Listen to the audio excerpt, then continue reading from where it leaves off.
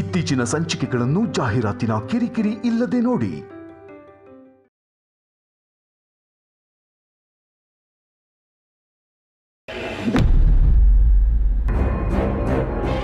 So ನನಗೂ ಪಾರ್ವತಿ ಅವ್ರ ಮೇಲೆ ಸ್ಪೆಷಲ್ ಕನ್ಸರ್ನ್ ಇದೆ. ಅವರು ನನಗೆ ಸ್ಪೆಷಲ್ ಕೇಸ್. ಹಣಕ್ಕೋಸ್ಕರ ನಾನು ಮಾತ್ರೆ ಕೊಟ್ಟಿಲ್ಲ, ನನ್ನ ಮನಸ್ಸಿನ ತೃಪ್ತಿಗೋಸ್ಕರ ಕೊಟ್ಟಿದ್ದೀನಿ.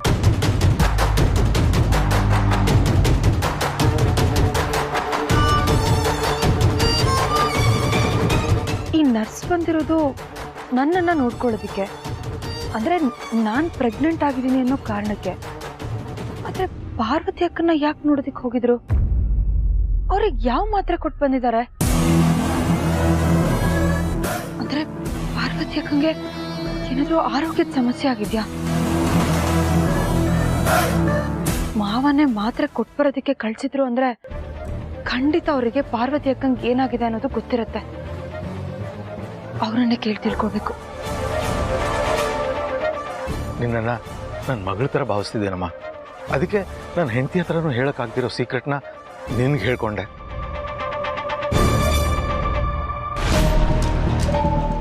ಯಾವ ಸೀಕ್ರೆಟ್ ಬಗ್ಗೆ ಮಾತಾಡ್ತಿದ್ದಾರೆ ಇವರು?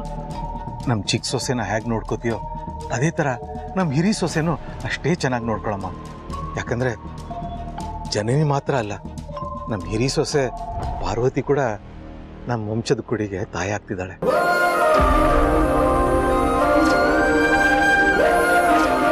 ಅಕ್ಕನು ತಾಯಿ ಆಗ್ತಾ ಇದ್ದಾರ? ನಿಮ್ಮ ಮಾವ ಆ ಪಾರ್ವತಿಗೆ ಏನೇನ್ ಇಷ್ಟ ಅಂತೆಲ್ಲ ಕೇಳ್ಕೊಂಡು ಮಾಡಿಸ್ಕೊಂಡು ತಗೊಂಡು ಕೊಡೋಕ್ ಹೋಗಿದ್ದಾರೆ. ರಘು, ಹಾಗಾದ್ರೆ ಇನ್ನೊಂದು ಕೊಡಪ್ಪ. ಯಾರಿಗೆ ರಘು? ಪಾರ್ವತಿಗೆ. ಪಾರ್ವತಿಗೆ ಹಾಲು ತಗೊಂಡು ಕೊಟ್ಟಿದ್ದು ಅಖಿಲ ಗೊತ್ತಾಗ್ಲಿಲ್ಲ. ಪಾರ್ವತಿ ಅಕ್ಕನು ತಾಯಿ ಆಗ್ತಾ ಇದ್ದಾರ? ಆದ್ರೆ ಈ ವಿಷಯ ಮಾವಂಗ್ ಗೊತ್ತು, ಖಂಡಿತವಾಗ್ಲೂ ಅತ್ತೆ ಗೊತ್ತಿರಲ್ಲ.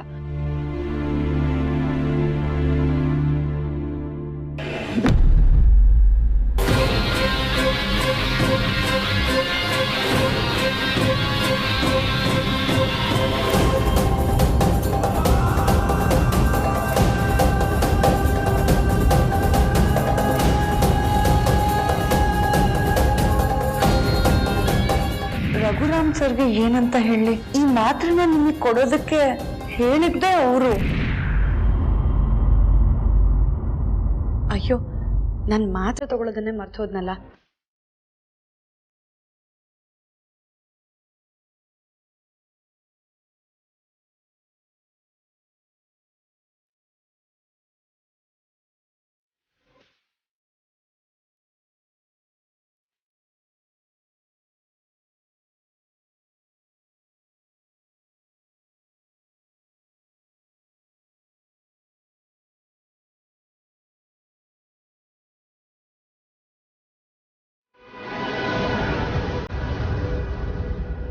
ಅಕ್ಕ,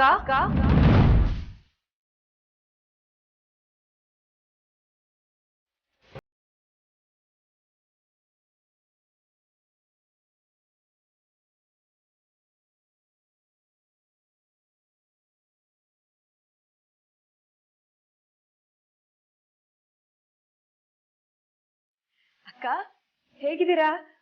ಇವತ್ತು ಮನೇಲಿ ಎಳ್ಳುಂಡೆ ಮಾಡಿದ್ರು. ನನಗೆ ಅಂತ ಅಲ್ಲ, ಮನೇಲಿ ಮಿಕ್ತವ್ರು ಎಲ್ರು ಇದಾರಲ್ಲ, ಎಲ್ರು ತಿನ್ಲಿ ಅಂತ. ನಾನ್ ತಿನ್ನಕ್ಕಾಗಲ್ಲ, ನಾನ್ ಬಸ್ರಿ ಅಲ್ವಾ. ಆದ್ರೆ ನೀವ್ ಬಸ್ರಿ ಅಲ್ಲ ಅಲ್ವಾ, ಅದಕ್ಕೆ ನಿಮಗ್ ಕೊಟ್ಟು ಹೋಗೋಣ ಅಂತ ಬಂದೆ.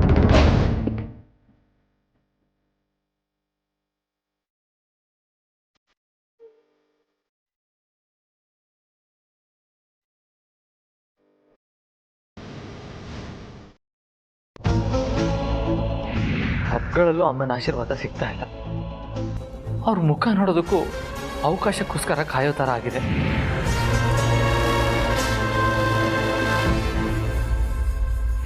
ನನಗಂತೂ ನಾವು ಯಾವಾಗ ಅತ್ತೆಮ್ಮನ ಹತ್ರ ಕ್ಷಮೆ ಕೇಳಿ ಆ ಮನೆಗೆ ಹೋಗ್ತೀವೋ ಅಂತ ಅನ್ನಿಸ್ಬಿಟ್ಟಿದೆ. ಪ್ರತಿದಿನ ಅಮ್ಮನ ಮುಖ ನೋಡೋ ಅದೃಷ್ಟ ಯಾವಾಗ ಸಿಗುತ್ತೋ ಅಂತ ಅನಿಸ್ಬಿಟ್ಟಿದೆ. ಇಲ್ಲಿ ಅಖಿಲಾನು ನೆಮ್ಮದಿಯಾಗಿಲ್ಲ. ಅಖಿಲ ಮನಸ್ಸನ್ನ ನೋಯಿಸಿ ಮನೆಯಿಂದ ಹೊರಗೆ ಬಂದಿದ್ದಕ್ಕೆ ಅಲ್ಲಿ ಆದಿತ್ಯ ಪಾರ್ವತಿನೂ ನೆಮ್ಮದಿಯಾಗಿಲ್ಲ. ಅವರು ಒಳ್ಳೆ ಉದ್ದೇಶ ಇಟ್ಕೊಂಡೆ ಮನೆಯಿಂದ ಹೊರಗೆ ಹೋಗಿರ್ಬೋದು, ಆ ನಂಬಿಕೆ ನನಗಿದೆ. ಆದರೆ ಆ ಉದ್ದೇಶ ಯಾವಾಗ ಈಡೇರುತ್ತೋ? ಅವರು ಮನೆಯಿಂದ ಹೊರಗೆ ಬಂದಿರೋ ಉದ್ದೇಶ ಒಳ್ಳೆಯದೇ ಇರ್ಬೋದು ಅಪ್ಪರೇ, ಆದರೆ ಇದರಿಂದ ಅಮ್ಮ ಮಗ ಎಲ್ಲಿ ದೂರ ಆಗ್ತಿದ್ದಾರೋ ಅಂತ ಭಯ ಆಗುತ್ತೆ ಅಪ್ಪರೇ.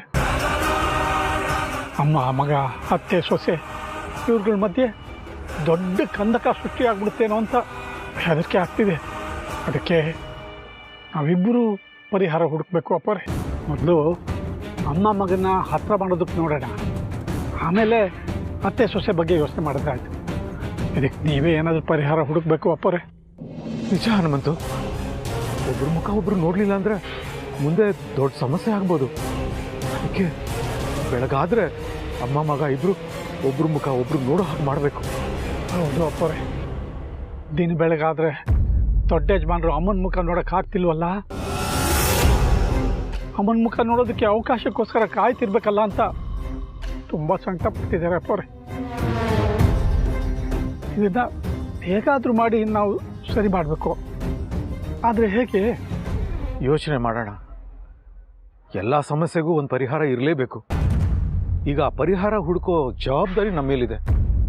ಆದರೆ ಅದಕ್ಕೂ ಮುಂಚೆ ನಾವು ಮಾಡಬೇಕಾಗಿರೋ ಕೆಲಸ ಒಂದಿದೆ. ಏನದು ಅಪ್ಪರೇ?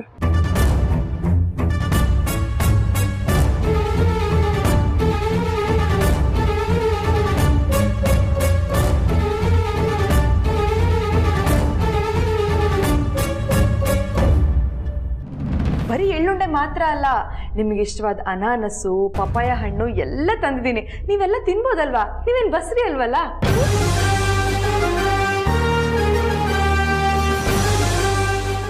ತಗೊಳ್ಳಿ. ನಾನು ತಿಂದೇ ಇದ್ರೇನಂತೆ, ಇಸ್ಕೊಂಡಿಟ್ರೆ ಗಣಿ ಅಪ್ಪ ಯಜಮಾನ್ರು ತಿಂತಾರೆ. ಅದನ್ನ ಅಲ್ಲಿಟ್ಟಿರು, ನಾನು ಆಮೇಲೆ ತಿಂತೀನಿ. ಅದೇಗಾಗತ್ತೆ? ಆಮೇಲೆ ಅಂದ್ರೆ ಯಾವಾಗ ತಿಂತೀರಾ? ನೀವೀಗ ನನ್ನ ಕಣ್ಣು ಮುಂದೆನೆ ತಿನ್ಬೇಕು.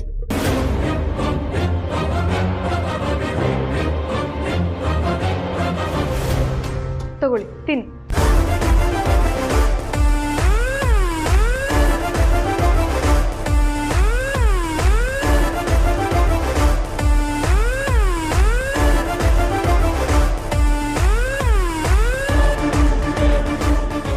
ಮೊದಲೇ ಬಿಸಿಲಿದೆ, ಈ ಸಮಯದಲ್ಲಿ ನನಗೆ ಎಳ್ಳುಂಡೆ ತಿನ್ನಬೇಕು ಅಂತ ಅನ್ನಿಸ್ತಾ ಇಲ್ಲ.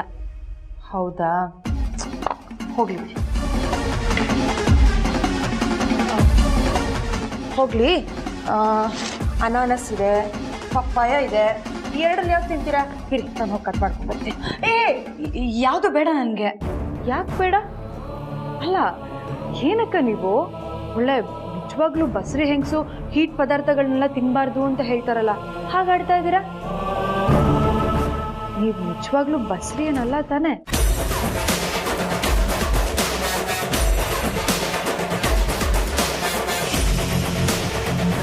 ಇದ್ರೆ ಹೇಳಿ, ಆಮೇಲೆ ನನಗೆ ಗೊತ್ತಿಲ್ಲದೆ.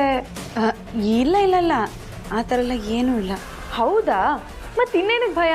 ನೀವೀಗ ಬಸ್ರಿ ಅಲ್ಲ ಅಂದಮೇಲೆ ಇದನ್ನೆಲ್ಲ ತಿನ್ಬೋದು ತಾನೆ? ಇರಿ, ನಾನು ಈಗಲೇ ಹೋಗಿ ಕಟ್ ಮಾಡ್ಕೊಂಡು ಬರ್ತೀನಿ. ಬೇಡಮ್ಮ, ಅವಳದನ್ನೆಲ್ಲ ತಿನ್ನೋ ಹಾಗಿಲ್ಲ.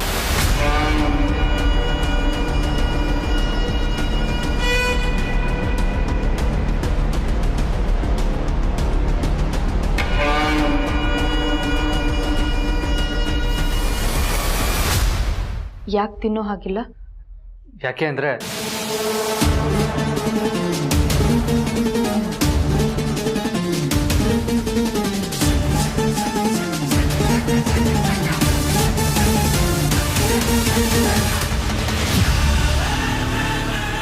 ಇನ್ನೂ ಸತ್ಯನ ಮುಚ್ಚಿಡೋದಕ್ಕೆ ಎಷ್ಟು ಪ್ರಯತ್ನ ಮಾಡ್ತೀರಾ?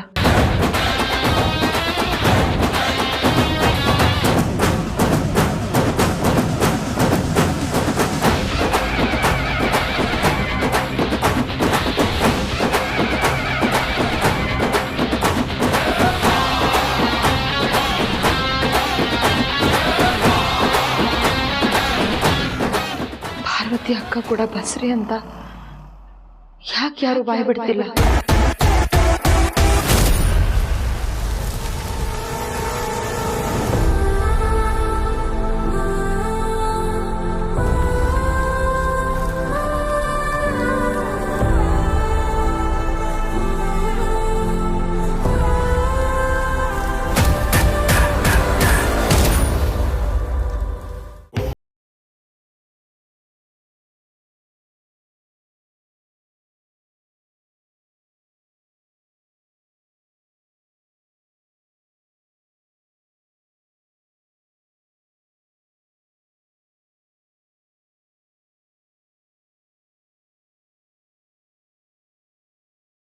ಅಮ್ಮೋರೆ, ಈ ಮನೆ 2 ಭಾಗ ಆಗಿರಬಹುದು, ಆದರೆ ನಾವು ನಿಮ್ಮೆಲ್ರಿಗೂ ಸೇರಿದವರು. ನಮಗೆ ನೀವೆಲ್ಲರೂ ಬೇಕು ಅಮ್ಮ. ದಯವಿಟ್ಟು ಸ್ವಲ್ಪ ಹೊತ್ತು ಹೋಗಿ ಬರೋಕ್ಕೆ ಅವಕಾಶ ಮಾಡಿಕೊಡಿ ಅಮ್ಮವರೇ.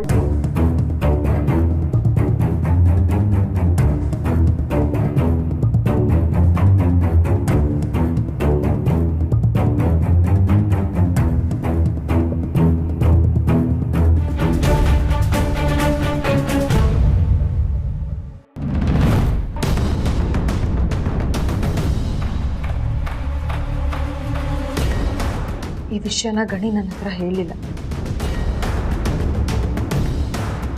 ನಾನು ಒಬ್ಳು ಬಸ್ರಿ ಹೆಂಗಸು ಅಕ್ಕ, ಇನ್ನೊಬ್ಬ ಬಸ್ರಿ ಹೆಂಗಸಿನ ಮುಕ್ತಲಾಗೋ ಬದಲಾವಣೆ, ಆ ಸಂಭ್ರಮ ನೆಮ್ಮದಿನ ನೋಡಿನೂ ಇದನ್ನೆಲ್ಲ ಅರ್ಥ ಮಾಡ್ಕೊಳ್ದೇ ಇರೋಷ್ಟು ತಟ್ಟಿ ನಾನಲ್ಲ. ಆಸ್ತಿಲ್ ಪಾಲ್ ಕೇಳಿದ್ದಕ್ಕೆ ನೀವು ಉಸ್ಲು ತುಳಿಬಾರ್ದು ಅಂತ ಅತ್ತೆ ನಿಮಗೆ ಕಂಡೀಷನ್ ಹಾಕಿ ಮನೆಯಿಂದ ಹೊರಗಡೆ ಹಾಕಿದ್ರು ನೀವು ನೆಮ್ಮದಿಯಾಗಿರೋದನ್ನ ನೋಡಿ ನಾನು ಸರ್ಪ್ರೈಸ್ ಆಗಿದ್ದೆ. ನಿಮ್ಮ ತಂದೆ ನಿಮ್ಮನ್ನು ಒಪ್ಕೊಂಡು ಈ ಮನೇಲಿ ಆಶ್ರಯ ಕೊಟ್ಟಿರೋ ನೆಮ್ಮದಿ ಅದು ಅಂತ ಅಂದ್ಕೊಂಡಿದ್ದೆ. ಅತ್ತೆ ನನಗೋಸ್ಕರ ಮಾಡಿದ ತಿಂಡಿಗಳನ್ನೆಲ್ಲ ಮಾವ ನಿಮಗೋಸ್ಕರ ತಂದಾಗ ಅದು ನಿಮ್ಮ ಮೇಲಿನ ಪ್ರೀತಿಗೆ ಅಂತ ಅಂದ್ಕೊಂಡು ಅದಕ್ಕೆ ವಿಶೇಷವಾದ ಅರ್ಥನ ಕೊಡೋದಕ್ಕೆ ಹೋಗಲಿಲ್ಲ. ಬಟ್ ಮಾವ ಆ ನರ್ಸ್ ಹತ್ರ ಮಾತಾಡೋದನ್ನ ಕೇಳಿಸ್ಕೊಂಡ್ಮೇಲೆ ನನಗೆ ಕನ್ಫರ್ಮ್ ಆಯಿತು.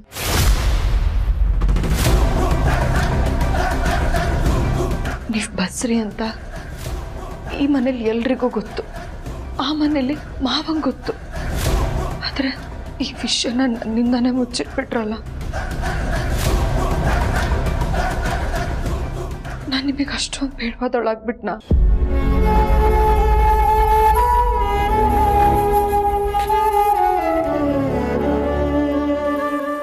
ಅಯ್ಯೋ ಹಾಗಲ್ಲ ಜನನಿ, ನೋಡು ಬಸ್ರಿ ಹೆಂಗಸು ಈ ರೀತಿಯೆಲ್ಲ ಅಳಬಾರ್ದು. ನನ್ನಿಂದ ತಪ್ಪಾಗಿದೆ, ನನ್ನ ಕ್ಷಮಿಸ್ಬಿಡು.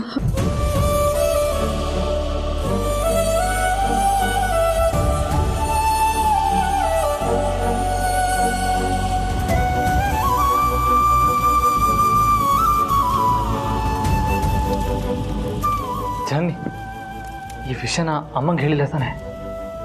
ನನಗೆ ಈ ವಿಷಯ ಗೊತ್ತಾಗ್ತಿದ್ದ ಹಾಗೆ ಅತ್ತೆ ಹತ್ರ ಹೇಳೋಣ ಅಂತ ಅಂದ್ಕೊಂಡೆ. ಆದರೆ ಮಾವನೇ ಇನ್ನೂ ಈ ವಿಷಯ ಹೇಳಿಲ್ವಲ್ಲ, ನಾನು ಹೇಳಿದ್ರೆ ಸರಿ ಹೋಗಲ್ಲ ಅಂತ ಸುಮ್ಮನಾಗ್ಬಿಟ್ಟೆ. Thank god. ಯಾಕೆ ಭಾವ, ಅತ್ತೆಗೆ ಈ ವಿಷಯ ಹೇಳೋ ಉದ್ದೇಶ ನಿಮಗಿಲ್ವಾ? ಸದ್ಯಕ್ಕೆ ಹೇಳೋ ಉದ್ದೇಶ ಇಲ್ಲ ಜನನಿ. ಅತ್ತೆ ನಿಮ್ಮ ಮೇಲೆ ಕೋಪ ಮಾಡ್ಕೊಂಡಿರೋದಕ್ಕೆ ಹೇಗೆ ಈ ವಿಷಯನ ಅವ್ರ ಮುಂದೆ ಹೇಳೋದು ಅಂತ ಭಯನಾ? ನಾನು ಹೇಳ? ದಯವಿಟ್ಟು ಹೇಳಬೇಡ, ಅದಕ್ಕಿನ್ನ ಕಾಲ ಕೂಡ ಬಂದಿಲ್ಲ. ಜಾನಿ, ಅಮ್ಮಂಗೆ ಈ ವಿಷಯ ಹೇಳೋದು ಬೇಡ ಅನ್ನೋದಕ್ಕೆ ಒಂದು ಬಲವಾದ ಕಾರಣ ಇದೆ ಅಮ್ಮ. ಆದರೆ ಆ ವಿಷಯನ ಈಗ ಕೆತ್ಕೋದು ಬೇಡ. ಹೇಳೋ ಸಮಯ ಬಂದಾಗ ನಾವೇ ಈ ವಿಷಯನ ಅಮ್ಮಂಗೆ ಹೇಳ್ತೀವಿ. ಅಲ್ಲಿವರೆಗೂ ನೀನೇ ಈ ವಿಷಯನ ಅಮ್ಮಂಗೆ ಹೇಳಲ್ಲ ಅಂತ ಭಾಷೆ ಕೊಡು.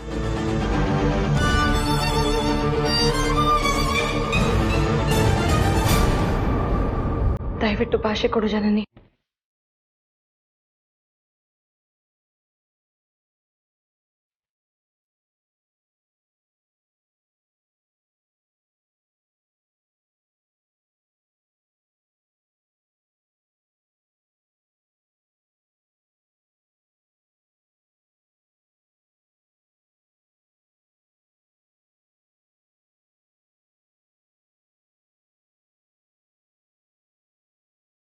ಸರಿ, ಈಗ ಎಲ್ಲರೂ ಹೋಗಿ ಬೇಗ ರೆಡಿ ಆಗ್ಬಿಟ್ಟು ಬನ್ನಿ. ಎಲ್ಲರೂ ಹೋಳಿ ಹಬ್ಬ ಆಚರಿಸೋಣ.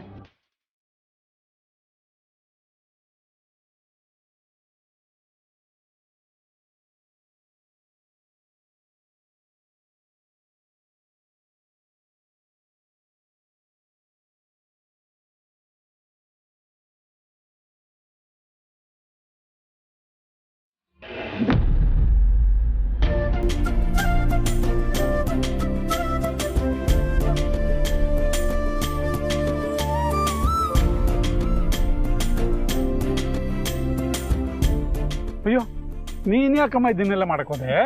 ಇವತ್ತು ನಮ್ಮ ಅಕ್ಕ ಭಾವ ಜೊತೆ ಹೋಳಿ ಹಬ್ಬ ಆಚರಿಸೋಣ ಅಂತ ಇದನ್ನೆಲ್ಲ ಮಾಡಿದೀನಿ. ಅವರು ಒಪ್ಕೊಂಡಿದ್ದಾರೆ, ಬಟ್ಟೆ ಬದಲಾಯಿಸ್ಕೊಂಡು ಬರೋದಿಕ್ ಹೋಗಿದ್ದಾರೆ. ಓ ಹೌದಾ, ಒಳ್ಳೇದಾಯ್ತು. ಅಲ್ಲಮ್ಮ, ನನಗೂ ಒಂದು ಮಾತು ಹೇಳಿದಿದ್ರೆ ನಿನ್ ಜೊತೆ ಬಂದ್ಬಿಡ್ತೀನಲ್ಲ ನಾನು.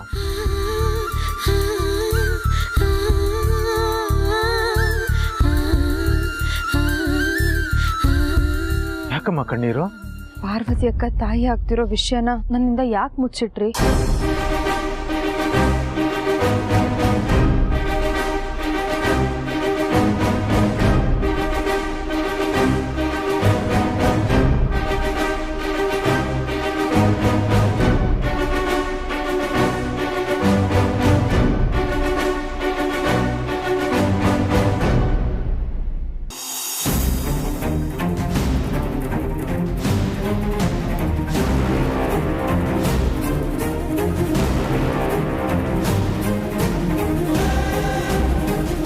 ನಾನೀಗ ನಿಮ್ಮೆಲ್ಲರ ಹತ್ರ ಗಂಭೀರವಾಗಿ ಮಾತಾಡಬೇಕು.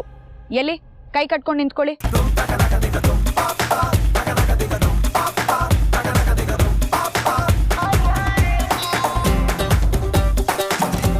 ನಾನು ತಾಯಿ ಆಗ್ತಾ ಇರೋ ವಿಚಾರ ಅರ್ಸನ್ ಕೋಟೆಲಿದ್ದಾಗಲೇ ನನಗೆ ಗೊತ್ತಾಯ್ತು.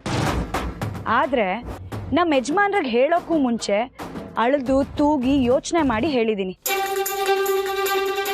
ಏನೋ ಪಾಪ, ಬೆಳಗಾದ್ರೆ ನೀನು ನಮ್ಮ ಜೊತೆನೇ ಇರ್ತೀಯ, ನೀನು ತಾತ ಆಗ್ತಿರೋ ವಿಚಾರ ನಿನಗೂ ಗೊತ್ತಾದ್ರೆ ಸಂತೋಷ ಪಡ್ತೀಯ ಅಂತ ಹೇಳಿದ್ರೆ ನೀನು ಯಾಕೆ ಎಲ್ರಿಗೂ ಹೇಳ್ತಾ ಇದೀಯಾ?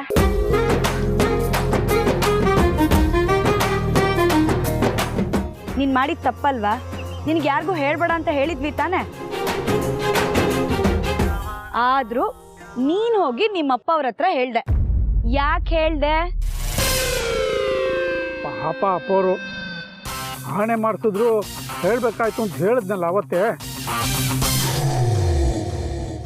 ಗಂಡ ಹೆಂಡತಿ ಇಬ್ರು ಒಳ್ಳೇದಾಯ್ತು ಅಂತ ಹೊಗಳಿದ್ರಿ.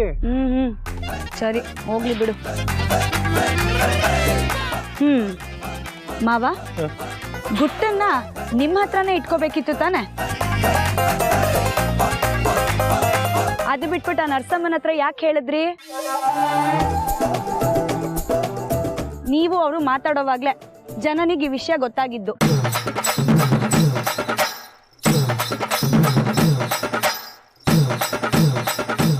ಸಾರಿ ಟೀಚರ್, ಗೊತ್ತಾಗ್ಲಿಲ್ಲ. ನೋಡಿ, ನಾನು ಹೇಳೋದನ್ನ ನೀವೆಲ್ಲರೂ ಸರಿಯಾಗಿ ಕೇಳಿಸ್ಕೊಳ್ಳಿ.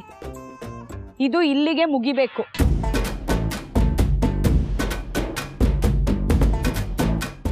ನೋಡು ಜನನಿ, ನನ್ನ ಮೈದ್ನಂಗೂ ಕೂಡ ಗೊತ್ತಾಗೋಯ್ತು. ಆಗ್ಲೇನೆ ಫೋನ್ ಮಾಡಿ ನಿನ್ ಚಿಕ್ಕಪ್ಪ ಆಗ್ತಿದ್ಯಾ ಪ್ರೀತು ಅಂತ ಹೇಳ್ಬಿಟ್ಟೆ.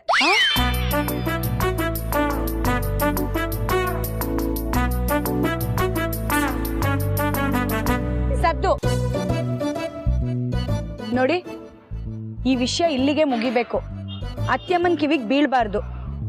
ಅರ್ಥ ಆಯ್ತಾ? ಸರಿ ಮೇಡಮ್. ಹೋಗ್ಲಿ ಬಿಡಿ, ಈಗ್ಲಾದ್ರೂ ಹೋಳಿ ಆಡೋಣವಾ? ಬನ್ನಿ. ಹೋಳಿನ ಸೆಲೆಬ್ರೇಟ್ ಮಾಡೋಕ್ಕಿಂತ ಮುಂಚೆ ಪಾರು ಮೇಡಮ್ಗೆ ನಾನು ಕ್ಲಾಸ್ ತಗೋಬೇಕು. ಪಾರು ಮೇಡಮ್, ಸ್ವಲ್ಪ ಸೈಡಿಗೆ ಬರ್ತೀರಾ? ಹೋದ ವರ್ಷದ ಥರ ಈ ವರ್ಷ ಓಡಾಡ್ಕೊಂಡೆಲ್ಲ ಹೋಳಿ ಆಚರಿಸೋ ಹಾಗಿಲ್ಲ. ಯಾಕೆ ಅಂದರೆ ನಮ್ಮ ಹೊಟ್ಟೆಲಿ ನಮ್ಮ ವಂಶದ ಕುಡಿ ಇದೆ, ನೆನಪಿದೆ ತಾನೇ? ಓ ಹೌದಾ, ನನಗೆ ಗೊತ್ತೇ ಇರಲಿಲ್ಲ.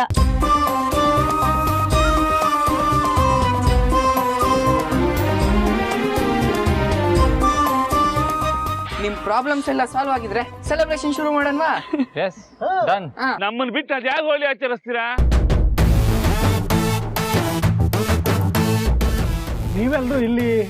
ನಾವೆಲ್ಲರೂ ಅಖಿಲಮ್ಮ ಅವ್ರು ಕೇಳ್ಕೊಂಡೆ ಬಂದಿದ್ದು ಅನ್ಬಂತು. ಈಗ ಹೋಳಿ ಹಬ್ಬನ ಭರ್ಜರಿ ಆಚರಿಸೋಣ.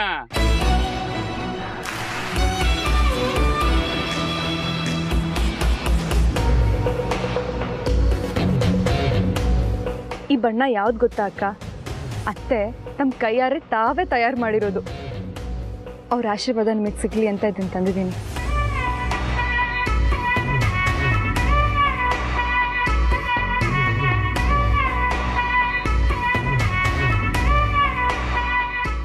ಪಾರ್ವತಿ. ಹೋದ ವರ್ಷ ನಿನ್ನ ಮನ್ಸಿಗೆ ತುಂಬ ನೋವು ಮಾಡಿಬಿಟ್ಟೆ ಕಡೆ. ಇನ್ನು ಯಾವತ್ತೂ ನಿನಗೆ ನೋವಾಗೋ ಥರ ನಾನು ನಡ್ಕೊಳ್ಳೋದಿಲ್ಲ. ಇನ್ನು ಮುಂದೆ ನಿನ್ನ ಬದುಕಲ್ಲಿ ಯಾವಾಗಲೂ ರಂಗು ತುಂಬಿರಲಿ.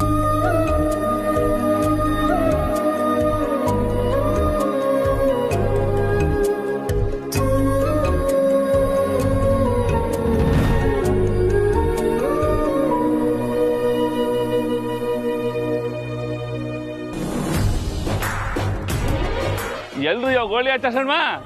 ಚೆನ್ನಪ್ಪ ಸಾವಧಾನ. ಅರಸನಕೋಟೆ ಸೊಸೆಂದ್ರು ಪ್ರತಿ ವರ್ಷದ ಥರ ಕುಣಿದಾಡ್ಕೊಂಡು ಹೋಳಿ ಆಚರಿಸೋಕ್ಕಾಗಲ್ಲ. ನೀನು ಎಂಜಾಯ್ ಮಾಡಿ.